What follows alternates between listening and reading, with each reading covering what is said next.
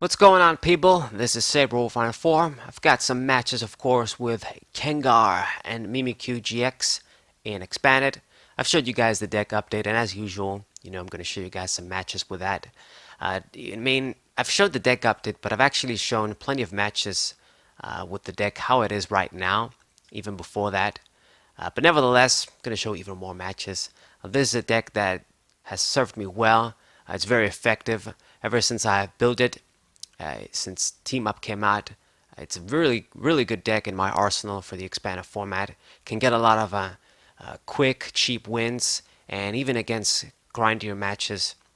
If you get the lock, you can overwhelm your opponent with Gengar. They have a lot of trouble against it. Your only problems are darkness decks and perhaps GX immune Pokemon, stuff like that. Maybe some other ability lock and stuff like that. But, it's a good deck for sure. So my opponent seems to be playing some sort of a Golisopod deck with the water Wimpods out there. And let's see, we have our Gengar here, and I'm going to make use of the communication. There's the Tapu Lele GX. So this is where Molga shines. Good little demonstration, I guess. So play down the Tapu Lele GX and gather the Odysseus. We have the Psychic Energies in hand. So what I need now is to get my Odysseus, get like maybe another Gengar, maybe Mew, and then we have the end for next turn. So this is how you want the deck to sort of open you.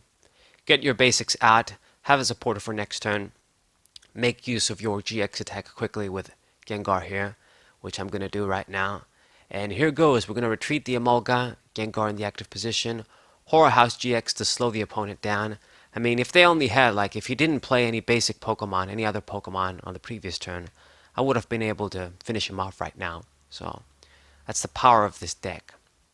So it seems like he's already pissed, but hey, dude, my deck is a lot fairer than the other stuff. It's annoying, but it's a fair lock deck. It's not like those decks that utilize stuff like Execute when that's just cheap loops over and over. That's unfair in my book. So let's use the computer search since, I'm going to use the Juniper either way. There's not really anything I can search. So I guess just get the Gloom. What else am I going to get? Attach the Psychic Energy, and I'm probably going to be able to easily get rid of this Wimpod. But we need, yes, we got it. I was going to say we need Rare Candy and Vileplume, and I got what I needed. So perfect. So this is how you want the deck to answer you. You use your Horror House GX, your opponent doesn't do anything, and then on your next turn, you manage to bring the Vileplume out. This is how you want it to flow, and how I build it to flow, for the most part. So there goes the Wimpod. There's my first prize, Skyla. And we're looking very good. I don't have a Floatstone on the Vileplume. It's the only thing I guess you wanted, the extra thing you wanted. But we're looking very, very good for sure. It seems he is going to bring out this Golisopod. It's the water one. It was kind of an interesting stage 1 when I saw it in the Unified Mindset. It can do a lot of damage. It's got good HP and useful ability. But there's first impressions, 180 damage, damn. So he targets down the Vileplume with the Guzma, but, even if you do this, I'm going to make sure I get another one out, no matter what. We do have the Scala. I can just search with a heavy ball. So let's play down Mew. Let's do Skyla. Let me get the heavy ball that's in the deck. Naturally, going to search out the Vileplume. So you guys can see the benefit of having these items around. Some people have said before that there's too many items in this kind of a deck, but the reason is for getting that consistency to get Vileplume as quickly as possible, and then if they do get rid of it, you can respawn and bring another one out. That's the point. So it doesn't have a lot of items stuck in his hand, but he is in a pretty bad position either way, and he surrenders. So a really fast game, I guess, as an appetizer. We're going to go to a better one right now. So let's collect our tokens there. Cheap, easy win. 25. And, okay, Gengar, of course, main Pokemon. So, game 2 with my big ass win streak. Not bad, not bad. For me, it's kind of good. If I can get like a bunch of wins in a row, it's good enough for me. This deck, very, very good in expanded. So, let's see. It seems we're going to open with a Molga again, which is fine. Got the Mew, and one of the Odysseus. So very, very good. A lot of times when you see your basics without Brigitte, it's also very good. It means you have to search out fewer pieces. So I've got the N, probably gonna have to use that now. There's another Oddish top deck, very, very nice. Let's put the Segic Energy on you and go for N. Should be pretty nice here. Get 4 new cards. So, damn. Okay, not the stuff that I wanted to see, but you know what? We have computer search, so I'll be able to fix the problems. Search out an Emolga that can soften it up. Computer search.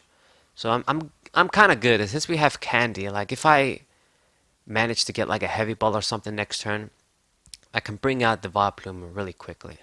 No matter what, your opponent will have at least one turn of being free to play items. So you can't do much about that. And let's see, this seems to be like some sort of grass tag team deck. My opponent using Tag Call. And I think I have an idea what he's trying to do.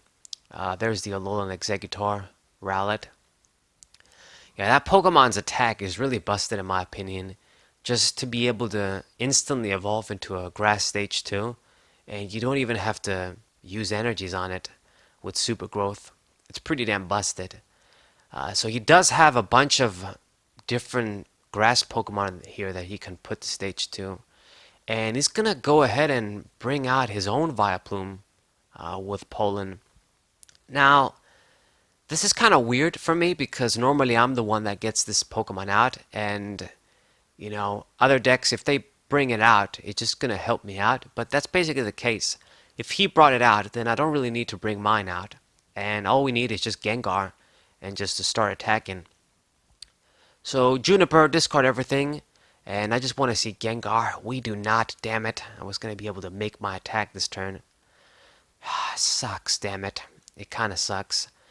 So I'm going to risk it though with Mew and use Encounter. One of the situations where I guess this attack is handy. Because my opponent doesn't have any energies on the field, he has that Exeggutor in the active position. I don't think he can pull an attack off on the next turn.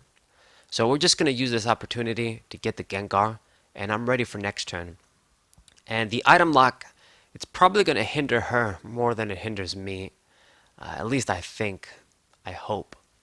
So there's the first grass energy, and there's the whatever the second form of a Vigavolt is. And it's going to be really dangerous. Like if she gets a bunch of those stage 2s with abilities like Venusaur, Vigavolt, Sceptile and stuff, it's gonna be pretty busted. So I gotta move quick. I gotta start doing damage really quickly. So it's gonna evolve into the Grovyle there, but no Sceptile. Okay, so I guess she's favoring that guy's ability instead of Sceptile. But now there's the Gengar, there's the Psychic Energy, and I'm gonna go with N. Give you a few extra cards in hand, and hopefully make a good poltergeist attack. Now she gives the heart emoji, sort of like loving this, being happy. I guess she had a bad hand in her mind, but I mean, it might be a bluff. A lot of the times these sort of tactics are bluffs. I mean, mathematically, you should have more items, a chance for more items if I use N. So gonna go with the Horror House, and she insists on being happy, I guess. But you won't be able to play anything. You won't be able to evolve into your stage 2s. So I have another free turn, essentially. Sunshine Grace, gonna search a grass Pokemon in hand. Okay, no problem. And I guess you can use Super Growth one more time. But we're gonna make a big attack next turn and build up the Gengar too. So things can get really dangerous. Like it really depends a lot on luck. If she has a bunch of items stuck there, because if we don't start doing high damage, it's going to be really deadly. Uh, she's gonna be really deadly really soon.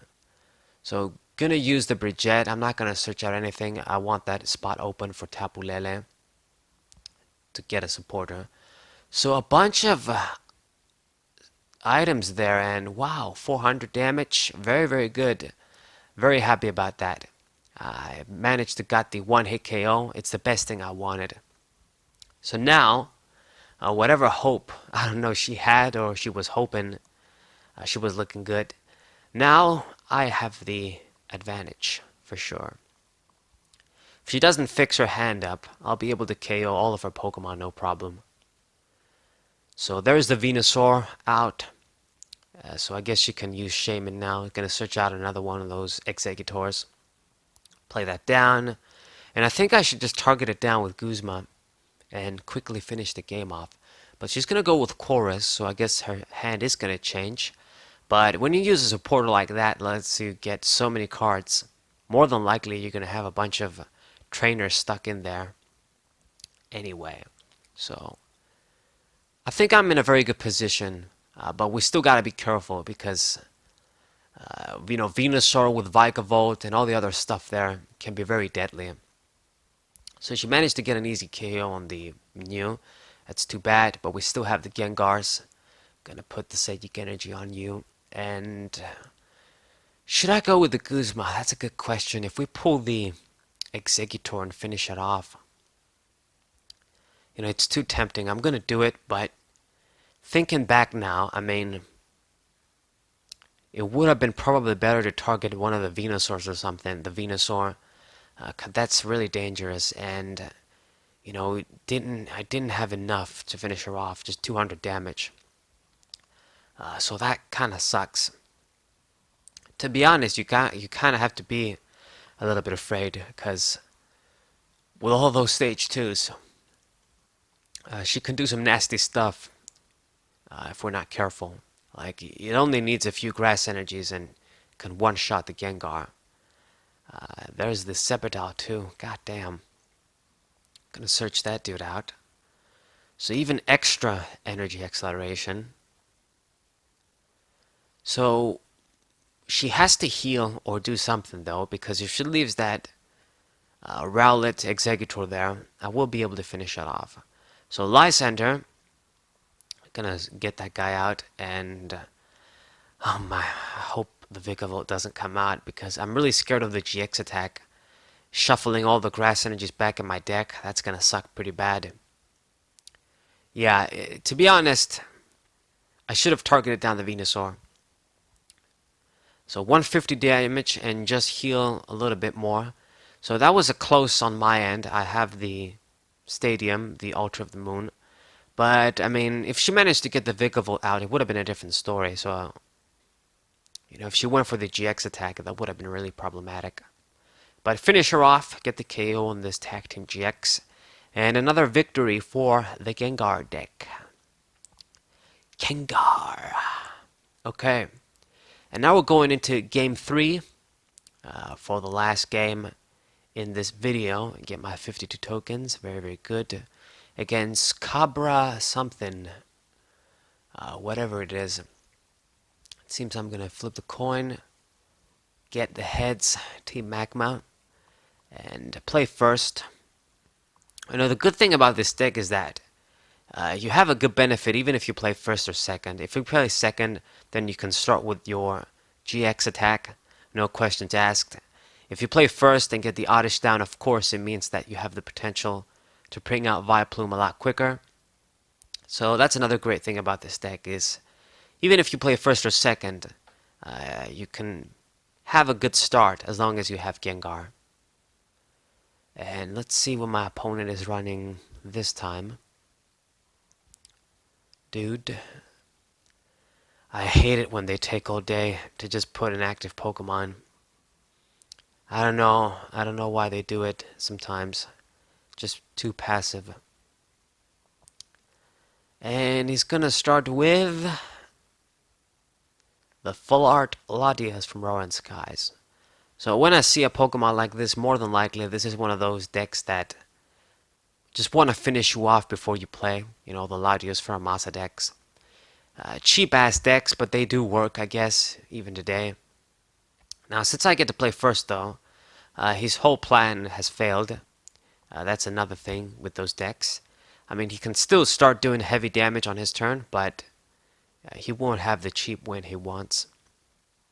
So, Skyla, I don't know what to grab exactly. I guess the Floatstone, because we have started with the Vileplume and the Rare Candy in hand, so I don't wanna change up my hand here. I wanna hold on to it. So there's the Survivor, which confirms my, easy suspicion that this is some sort of a Latios turbo deck. There's the laser, that kinda sucks. Damn it. Gonna get that easy damage. It can build up. I mean, you gotta be careful because Gengar, it doesn't have the highest HP in the world as a tag team, and eventually when it dies, it is gonna give up the 3 prizes, so you gotta be careful. You gotta make sure you make great use of it, get a bunch of knockouts before that. And this poison Survivor ain't gonna help. Nest Ball, Floatstone, my opponent getting his stuff. There's the second Latios, has 3 Survivors there. And computer search, play that down too. At this point, it's easy to assume what I'm running when he sees Gengar, when he sees the Oddish. It gives him a pretty good idea. So he's going to do his best to play all of his trainer cards so that I'm not as effective.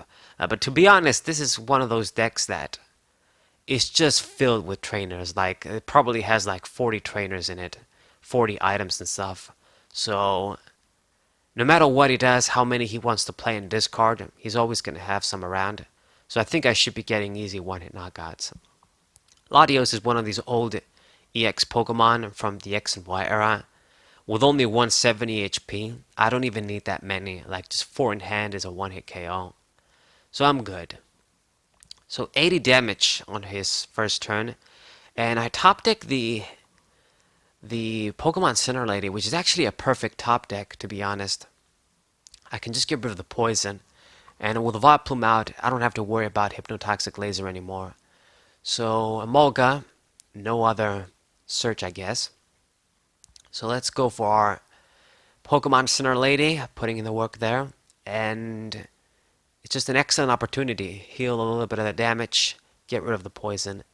And even though we don't have an energy, I guess I am going to go for the Whorehouse GX. And I'm establishing control. Once you establish control against decks like these, they have no chance. It's only a matter of time before you overwhelm them. So there's the Psychic Energy. Now go with the Juniper, and I can start going on the offensive myself. Play down the other Gengar, and just Poltergeist. Poltergeist all day long.